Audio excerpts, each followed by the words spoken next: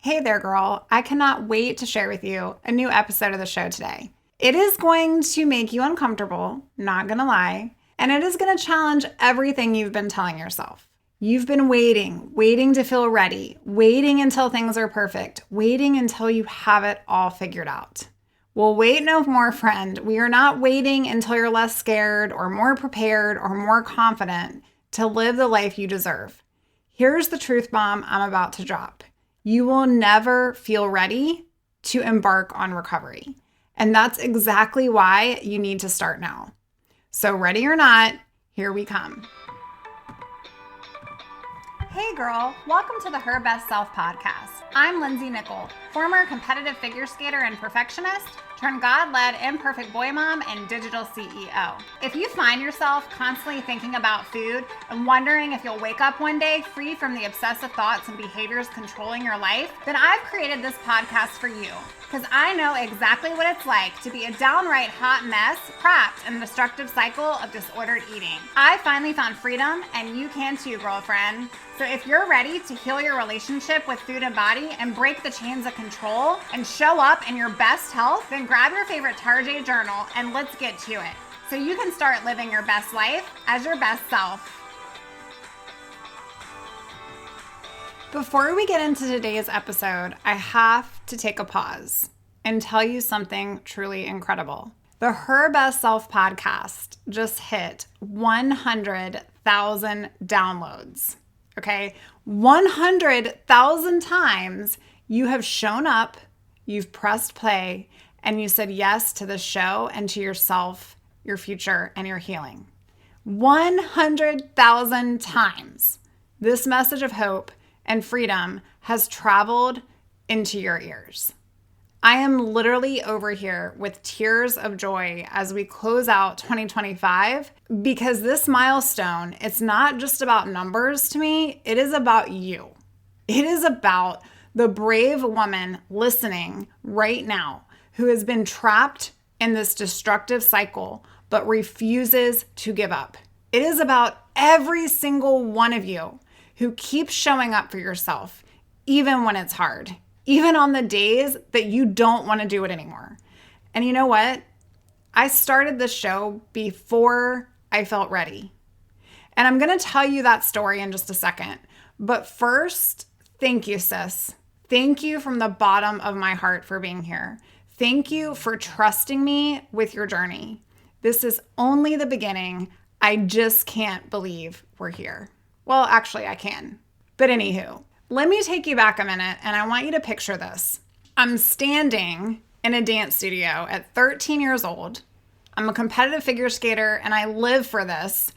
And for years, this mirrored room has been a second home to me, a sanctuary prepping for routines. And I used to actually teach ballet. I would teach it to young girls, and it was a place that I felt alive in addition to the rink. I remember, not as a teacher at 13, but even younger, as like 5 or 6, and my instructor shouting out, "Get in line by size." And it was such a simple request and something that really took me back. And I vowed to never do that when I taught these young girls. But an ordinary moment for me slowed down. And all the little girls around me, I just remember were shuffling around and sizing each other up and finding their place. And I'm standing there and I didn't know where I was supposed to stand. I was taller, but I was kind of at the back of the line and it was awkward. And then I hear a voice behind me go, "Not here." And this was the little girl next to me. And it wasn't mean, it was just pointing that out. Like, it was obvious that that's maybe not where I should have been standing. And in that moment, I remember thinking, gosh, I don't fit into this. Like, I don't know if I can do this. I don't know if I'm adequate or if I'm okay. And the joy just draining, gone. And the same happened with skating. I remember, I'm 5'7". That's tall for a skater. And if you watch figure skating, maybe you're used to like the smaller jumping beans. It's very much like gymnastics. I was more of an artistic skater. And I remember as I got more and more competitive, looking around me and feeling like I didn't belong in the room because I brought the art to the sport. And so eventually it became draining. It became comparing myself to other people, and I just wasn't supposed to be there. And I started trying to shrink myself so that I could fit into where I thought I belonged. That was the beginning of the eating disorder. And here's what I need you to understand. I didn't wait until I was ready to develop disordered eating. It happened before I even knew what was happening. And the same is true for you. But recovery sis, I waited for that one. I waited for years thinking that I needed to feel ready to get support or to tell someone or to stop living in the secret. Fast forward to the moment that I decided to truly start getting real with myself. I was terrified. I didn't have any confidence. I didn't have anything figured out. In fact, I'd been figured out. I was shaking in my boots thinking about challenging my first food rule or eating that bagel or even going out to dinner with my mom. I wanted someone to give me a guarantee that it would work, that I wouldn't fail, that I wouldn't blow up, that I'd feel ready before I began, that I would be okay in my body after I gained weight. But that's when God whispered in my heart, Lindsay, you don't need to feel ready. You just need to take the next step. And that's what a faith step is, friend. It's not about feeling confident. It's not about having all the answers. It's about trusting that the path will be revealed as you walk it. The Bible tells us, in one of my favorite scriptures, trust in the Lord with all your heart and lean not on your own understanding. In all your ways, submit to him and he will make your path straight. Proverbs 3:5-6. Notice it doesn't say wait until the path is straight and then start walking. It says submit and then start walking, and then the path becomes straight. The same is true with recovery. You start and then the way becomes clear. You take action and then the momentum builds. You make the decision and then the courage comes. Starting creates momentum, friend. Starting builds belief. It changes behaviors. Starting is how you break free from where you are.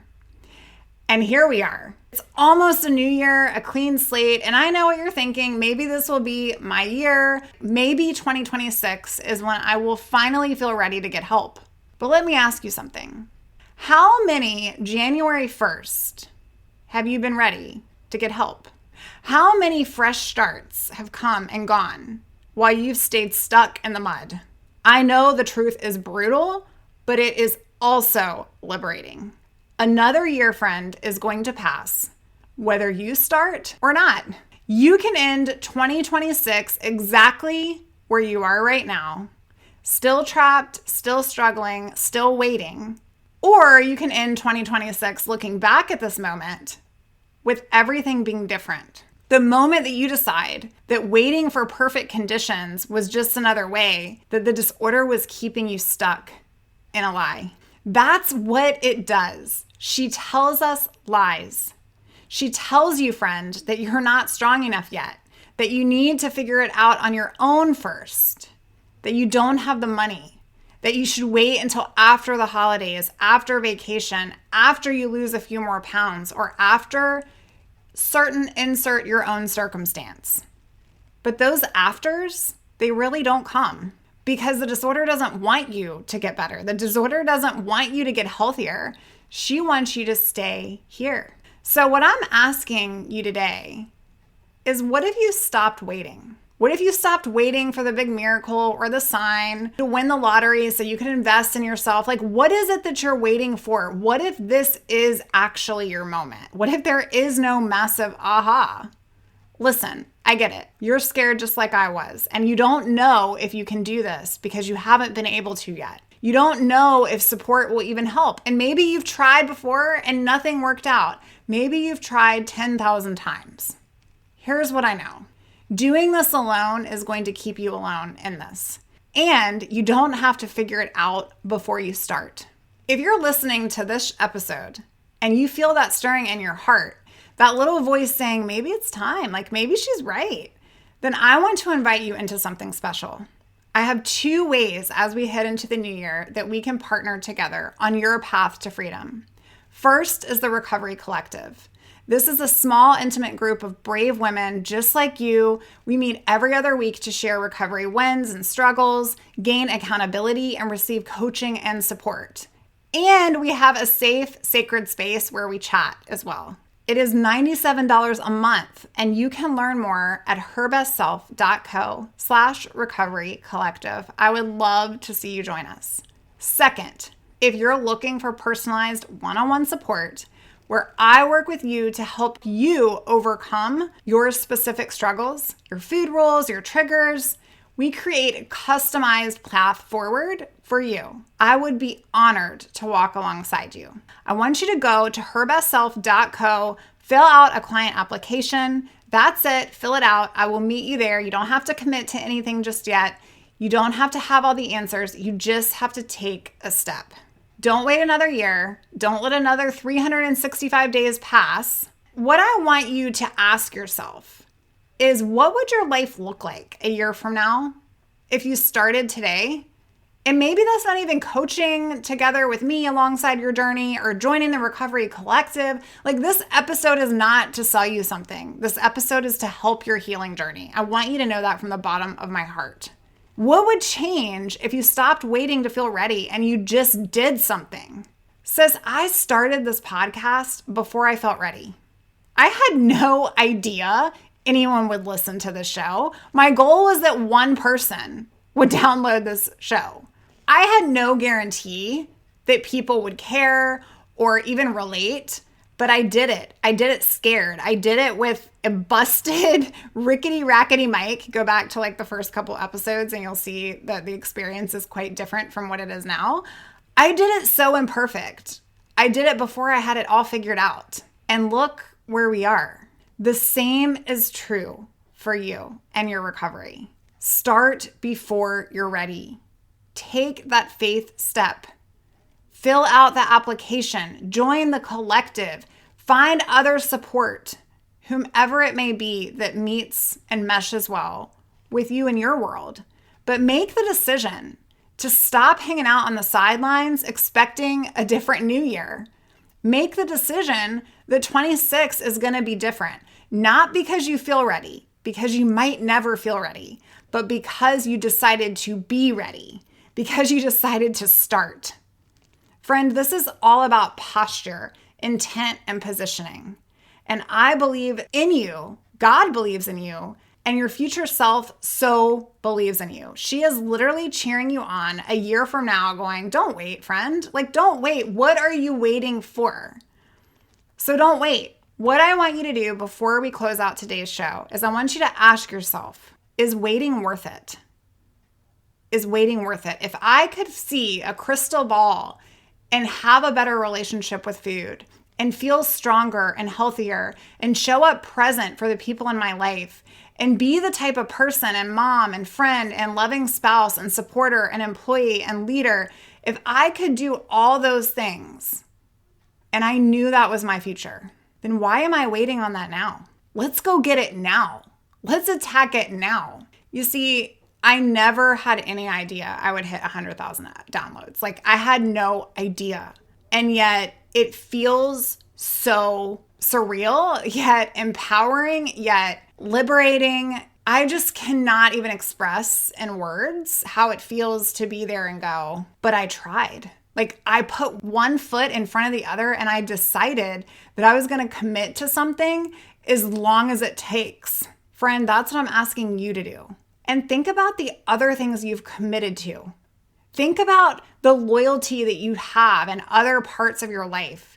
Heck, the loyalty that you've given to this disordered relationship with food and your body. It's okay to do it imperfectly. It's not okay to just complain and have excuses and say why it's not working. It's only not working because you haven't decided it's going to.